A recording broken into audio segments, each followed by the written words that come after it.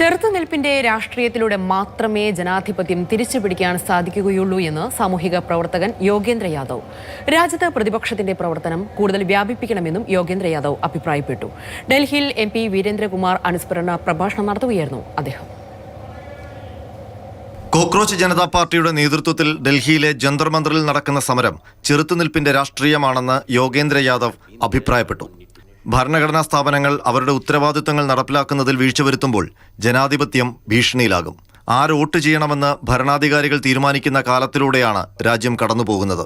പ്രതിപക്ഷ പാർട്ടികൾ പാർലമെന്റിൽ മാത്രമല്ല തെരുവിലും സർക്കാരിനെതിരെ ചെറുത്തുനിൽപ്പിന്റെ രാഷ്ട്രീയം സ്വീകരിക്കണമെന്നും യോഗേന്ദ്ര യാദവ് അഭിപ്രായപ്പെട്ടു. That this is the beginning of the end of dictatorship in India, of what I am calling electoral autocracy. But I am saying that what we are witnessing today is exactly what politics of resistance is all about.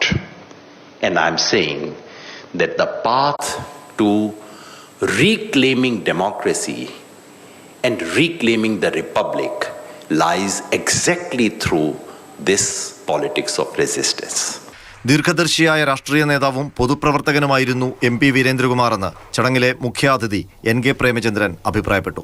ലോകം ഇന്ന് അനുഭവിക്കുന്ന ജലപ്രതിസന്ധി ഉൾപ്പെടെ പല വിഷയങ്ങളും MP Veerendrakumar മുൻകൂട്ടി കണ്ടിരുന്നുവെന്നും പ്രേമചന്ദ്രൻ പറഞ്ഞു.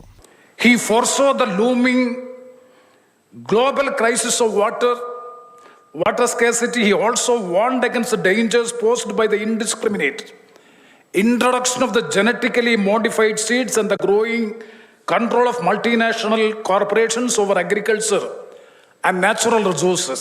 മൂല്യങ്ങളില്ലാത്ത രാഷ്ട്രീയം കേവലം അധികാരത്തിനായുള്ള ഓട്ടം മാത്രമാണെന്ന് പഠിപ്പിച്ച നേതാവാണ് വീരേന്ദ്രകുമാർ എന്ന് മാതൃഭൂമി ഡയറക്ടർ മയൂര ശ്രേയംസ് കുമാർ പറഞ്ഞു. He always told me, when the power is held in a fist, that's when you don't understand what to do with the power, because the true meaning of power is to start to empower the people around you. And these are the few lessons that actually does make us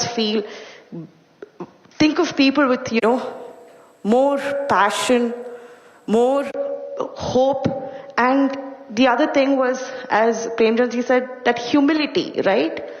By the end of the day, that humility is what makes you who you are. ചടങ്ങിൽ പ്രവാസി വ്യവസായി KP Salih, MP വീരേന്ദ്രകുമാറിന്റെ ചെറുമകൻ അർജുനൻ ചിന്നപ്പ, മാതൃഭൂമിയുടെ ഡൽഹിയിലെ പ്രത്യേക പ്രതിനിധി N Ashokan എന്നിവർ പങ്കെടുത്തു. മാതൃഭൂമി ന്യൂസ്, ഡൽഹി.